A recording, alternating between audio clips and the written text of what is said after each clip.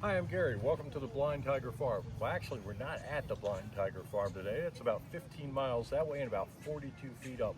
Right now, we're in the town of Cedar, Florida. This is where my father's side of my family descended from. This, where I'm sitting right now, is the city beach. It's got seaweed.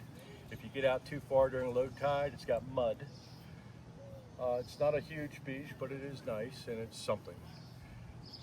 It actually started life as a Florida Highway Department roadside park, which is an interesting location because the road ends right there. So that island out there is called a Ciniote. When you look at Cedar Key, you see 2nd Street, where any other town you'd think would be named Main Street. Well, Main Street and 1st Street were actually on a Ciniote. This dock street here used to be into the railroad. There used to be a railroad that went from Cedar Key to Fernandina Beach. In 1880, believe it or not, the 2 largest cities in Florida were Cedar Key and Fernandina Beach. Cedar Key's population peaked around 1880, about 5,000. Across the end of the park, across the basketball court, and in between these houses and what's called Cedar Cove, you notice there's a little marina here.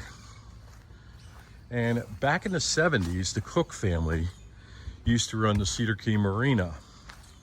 And this end of the island was pretty empty because back over here, they had a fiber factory for Donex fibers, and they made little whisk brooms and brooms out of the straw fibers. In addition, Cedar Key got its name due to the cedar trees in the area and they used them up for making pencils and everything. So this building here, the blue one with the vinyl siding, used to be white clapboard siding, and that was the depot for the train. The train used to come right by here, right out to Dock Street. This house here was my Aunt Laura's house. It actually there used to be a bigger building at the site way before my time. It was a rooming house. And what happened was my grandfather was an orphan, so in Tennessee he learned the trade of barrel making. He was a cooper. So he rode into town on the train because back then you became a ward of a wealthy person. They would direct you in life. So he came down here as a cooper, got a job, he came down here with a job and got a room in this rooming house. Well, my great-grandfather Taylor had 12 children, and apparently my great-grandfather Taylor had 12 children. And apparently one of the children, a daughter called Elizabeth, well actually my great-grandfather had nicknames for all of his children. My grandmother's nickname was Sweetheart. So she caught the eye of my grandfather, and the rest is history. So this was what we called the old Jiffy store.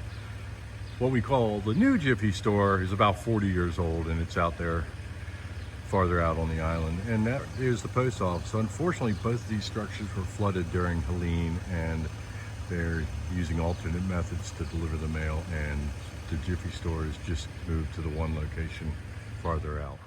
And it's where most of the restaurants are located, and they even got a hotel out here. There used to be a dock here that you could actually dock a boat at. Now they built this monstrosity, and even if you could tie a boat up here, you couldn't get out of your boat because they built it out of concrete and it's high. It used to be filled with people fishing off the dock, and now it's closed down for remodeling. And this county has the 13th highest property tax rate in the state of Florida. It's not like it's Miami or something.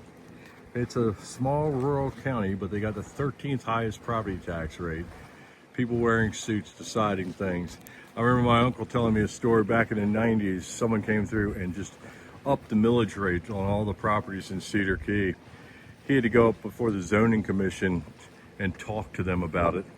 And when he told them it was just a cracker board house, they had never heard the term before. Apparently they're not from around these parts. But yeah, they had to write that down, a cracker board house. But he did not get the tax increase that he they were looking at to give him. Unfortunately, they gave it to a lot of people around here. And so now the fishermen live out in the woods and they tow their boats into town to go fishing. Back in about 92, they banned the gill nets for the mullet population. But one thing the state did right was they actually taught these people to clam farm. And most of those little nicks you get at your restaurant to dip in butter, they're coming from this town right here. My wife's mom used to run a restaurant here called the Sea Breeze. Right now it's closed down. It's at 83 West now. And if you recognize the building, you may know that because Weather Underground keeps a camera on that pole right there. And during the hurricanes, you could actually, it's constantly shown on the Weather Channel of the tides coming up. In fact, hurricane 2 years ago, you may remember a Cadillac parked right there next to that pole that suddenly mysteriously disappeared overnight. This used to be Miss Helen's place. It was an ice cream parlor, had a pinball machine. That was a big thing in the 70s. So here's one of the boat ramps at Cedar Key. The other one's in here, but it's height restricted because you got to get under the bridge. They did raise the bridge a little when they rebuilt it. But like I said, the local fishermen, most of them live in the woods now. They got to tow down here every morning, launch the boat, and drag the boat out and take it back to their house. My grandfather had a little better. He just walked to the end of the street and his boat was there. My grandfather was a cooper, and that's what actually brought him to Cedar Key. They used to pack fish in ice, and he came down here on the railroad and to make barrels to pack the fish in. And when they changed the boxes, he went into commercial fishing and built that little store for my grandmother. So this is the Cedar Key Library. You actually used to be the firehouse. Now the firehouse is a bigger building behind here. If you look, there's that postal truck we saw earlier. But back behind me here is the Island Hotel of Cedar Key. It was built in 1864. So it would have been present here when John Muir came to the town in 1867. John Muir, if you haven't heard of him, he actually founded the Sierra Club. And it's debatable whether he kidnapped Roosevelt or Teddy Roosevelt kidnapped him.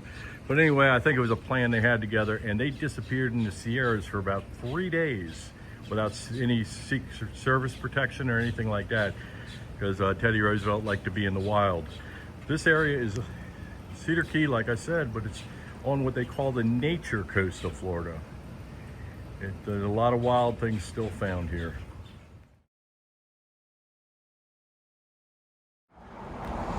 So my great-grandfather Taylor had 12 children here in Cedar Key, and he built them all houses. And this house was built for my grandmother in about 1925. My uncle and father were both born in this house. And in around 1950, my grandfather built this building for my grandmother, and she ran a little general store out of it. Over here, elevated, that was my Uncle Henry's house. Someone bought it and raised it up. I think code in Florida now is 14 feet. Now the house to the other side of my grandmother's house, try to get a shot of this. It's got some art on the front, kind of cool. But I had never heard the term roof over before till this house came along. They used to have like a aluminum trailer on the property there. And he built a roof over it and put some walls up, and then one day he pulled the trailer out and had a house, and building permits weren't quite what they were in the 70s as they are now. This is Cedar Key School, and when my dad went here, it was a one-room schoolhouse with a gym. Eventually they built a gymnasium out back. But when he graduated here, there were 6 people in his graduating class. Now my wife went to school here. There were 6 people in her senior class, but 2 in her graduating class. So things don't change a whole lot.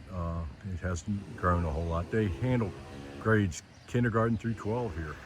So this is Cedar Key Airport, basically the place that made me fall in love with flying. I used to get up at 6 o'clock in the morning and walk out here, bare feet, watch the planes take off and land, and I'd go back. By then the sun had come up, and I learned what a hot street meant on your feet. if you notice, the threshold on this runway is displaced. That's because a few years ago, 25 years ago, somebody built a monstrosity of a house out this way, and they had to displace the threshold rather than make him just lower his house. But anyway, this airport's under attack. There was two rural communities in Florida about 20 years ago. Everglades City is one, Cedar Key is the other. Rural schools, and they got small airstrips like this, and both of the airports are under attack.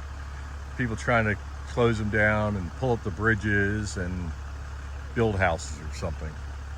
I think the airport's really an asset to the community. Lots of people come in here for the $100 hamburger. It's actually a very nice place to come. Save the airport. So the George Lewis Field, the airport in Cedar Key, was actually built around 1936 by the Department of Defense, or Department of War, the War Department back then. My uncle told me a story about a B-17 that did an emergency landing in Cedar Key. It took 2 days for the mechanics to drive up from Tampa to fix it. But when they did fix it, apparently he said that all the island shook when the B-17 went to take off. Basically, the state of Florida was an aircraft carrier during the Second World War. Pilot training all over the place. My grandfather built. This one was built for my Uncle DeWitt. And over here was Aunt Ruby's house. And unfortunately, during the last hurricane, this one was floated off the foundation. I failed to mention that my grandmother's house, my uncle had told me that the highest tide the day I ever saw that house was back in, I believe it was 93, with the no-name storm, which became the perfect storm. And until Helene, this past year, where water actually came in the house, and it floated the house that DeWitt owned, and his son owns that now, but it floated right off the foundation. So those tides were something else this past year. So in addition to building the 12 houses for his children, my great-grandfather and his sons built this. It's the First Baptist Church of Cedar Key. Them and a bunch of town folks got together and built this church, and it's on the highest part of the island. So a few things I forgot to say. This morning happens to be the 6th of June, which is kind of appropriate. I went down to Cedar Key because back in the 90s, they dedicated a monument to everyone who had served in the armed forces in Cedar Key. And my dad, being a mathematician, figured out some numbers, and Cedar Key apparently has a history of about 3 times the national average of service.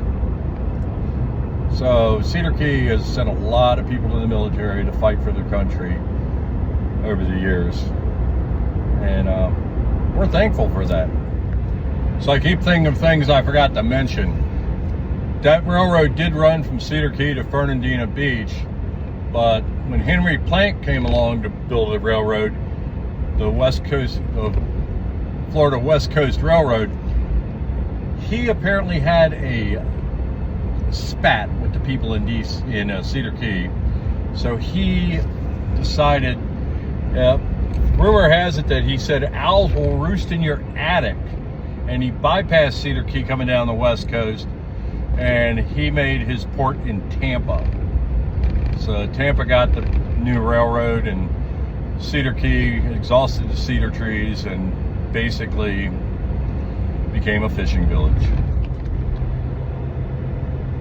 One thing about Cedar Key is one of the delicacies down there is fried mullet, and it's delicious. And my uncle always swore that the mullet from the Cedar Key waters tastes better than mullet anywhere else.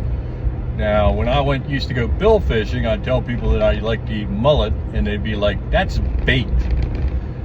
But fried mullet is awfully good, but when they banned the gill nets back in the 90s, the mullet population did recover some, but unfortunately, mullet is harder to come by. In the late 60s, a hurricane hit out there. Cedar Key used to be really famous for trout fishing.